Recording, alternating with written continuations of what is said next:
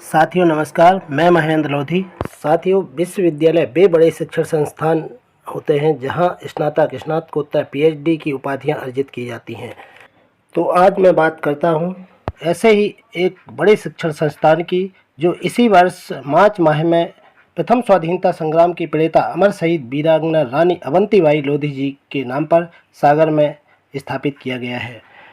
यह यूनिवर्सिटी सागर जिले के लोगों की मांग पर वर्तमान मुख्यमंत्री माननीय डॉक्टर मोहन यादव जी के द्वारा रानी अवंतीबाई लोधी स्टेट यूनिवर्सिटी के नाम से 9 फरवरी 2024 को सैद्धांतिक स्वीकृति दी गई और उन्हीं के करकमलों से 13 मार्च 2024 को बुंदेलखंड की धरती सागर के पीटीसी ग्राउंड से विशाल जनसमुदाय के बीच 3 राजकीय विश्वविद्यालयों का डिजिटली लॉन्च किया गया, जिनमें से एक विश्वविद्यालय रानी अवंतीबाई लोधी विश्वविद्यालय सागर भी है। इस रानी अवंतीबाई लोधी विश्वविद्यालय की प्रथम कुल सचिव शासकीय कन्या महाविद्यालय की प्रोफेसर डॉक्टर शक्ति जैन को बनाया गया और इस विद्यालय की औपचारिक शुरुआत सागर के आर्ट एंड कॉमर्स कॉलेज के भवन में की गई, परंतु वहां का भवन अपर्याप्त होने के कारण बाद में इस विश्वविद्यालय को राजघाट रोड मैन पानी पहाड़ी पर केंद्रीय विद्यालय क्रमांक 3 के नज़दीक बने समाज कल्याण विभाग के 60 कमरे वाले भवन में स्थानांतरित किया गया, जहां पर एक छोटे से शैक्षिक गैर शैक्षिक स्टाफ के साथ यह विश्वविद्यालय विधिवत संचालित हो रहा है। इस विश्वविद्यालय से सागर एवं दमोह जिले के सरकारी एवं निजी महाविद्यालयों को संबद्ध किया जाएगा। साथियों, रानी अवंतीबाई लोधी विश्वविद्यालय सहित अब सागर में 4 विश्वविद्यालय हो गए हैं, जिनमें एक केंद्र सरकार का डॉक्टर हरि सिंह गौर विश्वविद्यालय, दूसरा यह राज्य सरकार का रानी अवंतीबाई लोधी राजकीय विश्वविद्यालय तथा 2 प्राइवेट विश्वविद्यालय हैं, जिनमें एक स्वामी विवेकानंद विश्वविद्यालय तथा वहीं दूसरा ज्ञानवीर विश्वविद्यालय है। इन विभिन्न विश्वविद्यालयों तथा इनसे संबद्ध अनेक महाविद्यालयों के खुलने से सागर अब शिक्षा का हब बन गया है। चलिए तो अब एक नज़र डाल लेते हैं रानी अवंतीबाई लोधी विश्वविद्यालय की 13 मार्च 2024 को हुई ओपनिंग सेरेमनी पर। में शिक्षा की एक नई अलग जगेगी। माननीय मुख्यमंत्री मध्य प्रदेश डॉक्टर मोहन यादव जी की शुभ हाथों से आज सागर को सौगात मिल रही है। रानी अवंतीबाई लोधी विश्वविद्यालय की जोरदार तालियां बजाएं।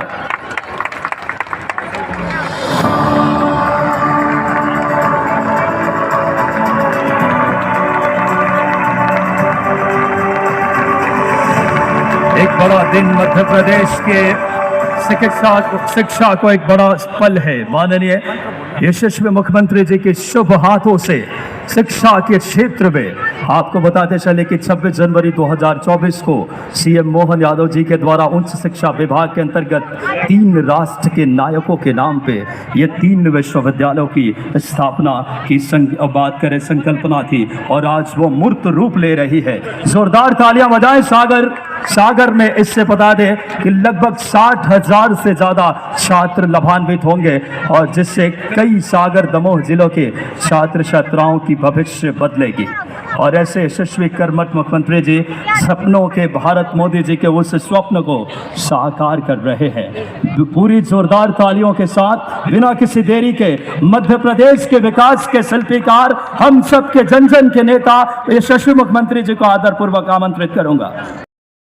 हमारी इस धरती पर अब जो आज इतिहास बनने जा रहा है, एक नया इतिहास बन रहा है।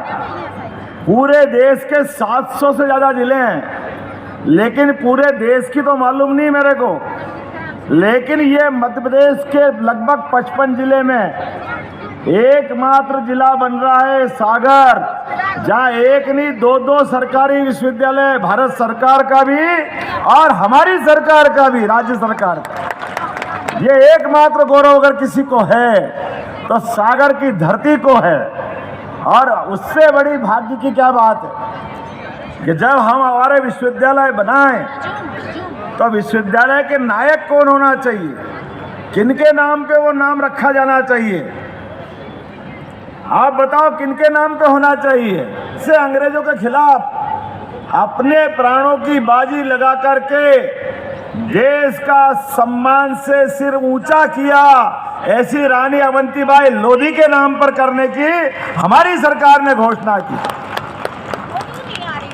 विश्वविद्यालय, महाविद्यालय, शैक्षणिक संस्थान ये इसी बात के लिए जाने जाते हैं जहाँ नई भविष्य की पौध तैयार होती है।